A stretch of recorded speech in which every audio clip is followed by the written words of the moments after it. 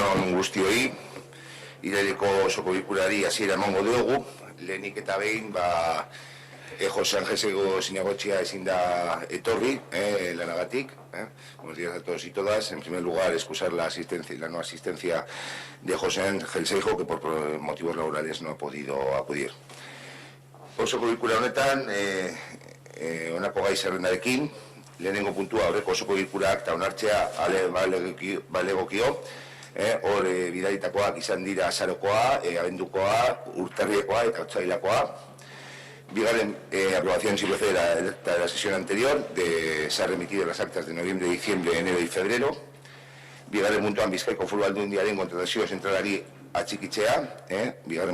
Segundo punto, adhesión de la central de contratación de la Diputación Foral de Bizkaia. Hirugarren puntua, energia zerbitzuen kontratua aldatzea, modificación del contrato de servicios energéticos, Laugarren puntua, onartutako dekretuen berri ematea, la hacienda de cuentas y decretos. Borroren puntua, galdera eta bestelakoak. Quinto, ruegos y preguntas. Zer gai zerrendarekin, alguna cuestión referente al orden del día.